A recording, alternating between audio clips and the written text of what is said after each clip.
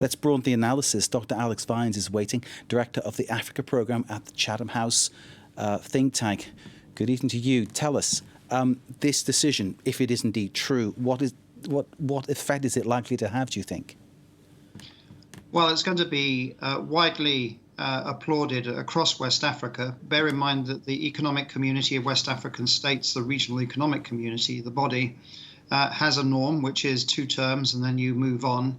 And so this will have upheld that. Whatever the supporters of President Macky Sall were saying, that actually the constitution had been brought back to year 0 in 2016, and so he could run again. Alex, there have been many issues in the run-up to this. Certainly contacts that I have within the Senegal territory have been talking about opposition journalists being jailed, opposition opponents being framed. The Sonko case kind of pointed towards a lot of that. Clearly the situation will remain tense in spite of Sall's decision. Oh, yes, definitely. I mean, all the indices show that there's been a democratic reversal, a decline of the quality of democracy in Senegal. Senegal has been seen as one of the bastions of kind of human rights and political pluralism.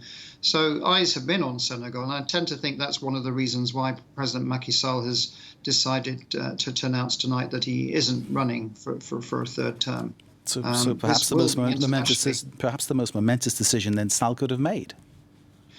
Indeed, and he's kind of outwitted the opposition in a way that were campaigning on stop Macky Sall having a 3rd term.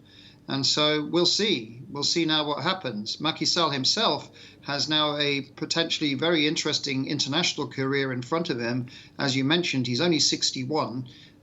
He's just recently stepped down from being the chair of the African Union. He has plenty of international experience. And so actually his options have much widened by making this statement tonight. It's really an important statement, both for Senegal, for West Africa, but also him personally. Indeed. So, as you say, still a relatively young man in some people's eyes. I'm wondering what on earth he was thinking of when he was talking about this 3rd term, because clearly the rumour didn't just happen spontaneously, did it? It must have come from his office.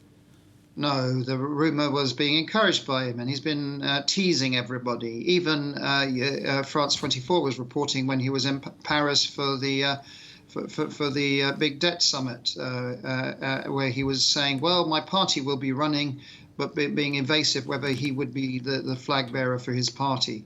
So he's been clearly weighing up the possibilities of a 3rd term. And he's clearly now decided that that's just isn't the right thing for him to do, and that he'll benefit better by announcing that he's not running for a 3rd term. By the words you're using there, Alex, he'll best thing for him to do, he'll benefit better. Is it that personal? Is he not thinking about Senegal? No, I mean, look, his predecessor was trying to go for a 3rd term too, and it got very personalised. And I do think this is the problem. Leaders get surrounded by courtiers who kind of argue to them that they are irreplaceable. And so you get captured almost in the presidency. And so I think Mr. Wade and Mr. Macky Sall both suffered from this. But thankfully, Macky Sall has not done the Wade thing and has actually done a U-turn and reversed and announced that he's not running for a 3rd term, which is what his predecessor didn't do. And as you reported, was defeated by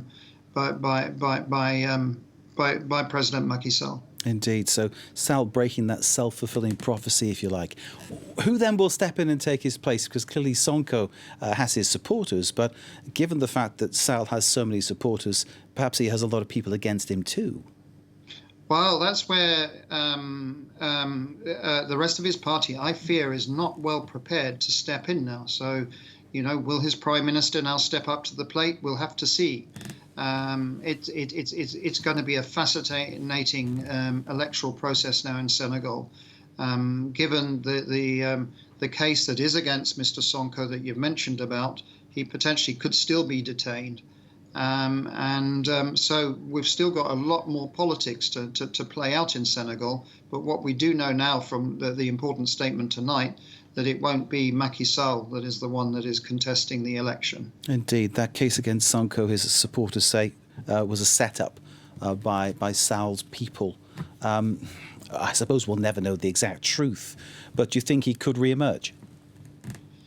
He could, absolutely. I mean, I don't think, this is all raw information at the moment that we're kind of analysing.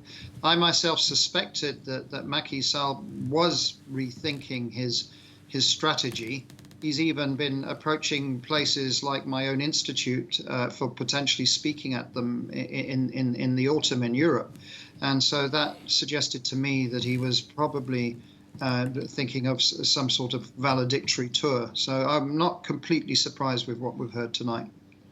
Alex Vines, finger on the pulse and on the money. Thank you very much indeed, sir, for that analysis.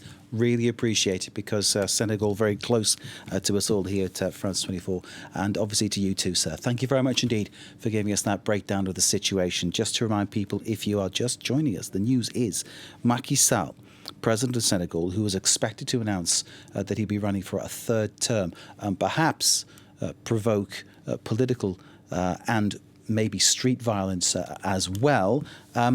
Macky Sall announcing he will not be running. And so the political scene takes another turn in Senegal. We'll chart things as they develop. And thanks again to Alex Vines of Chatham House and to Sam Bradpiece, who's reserving matters for us in Dakar.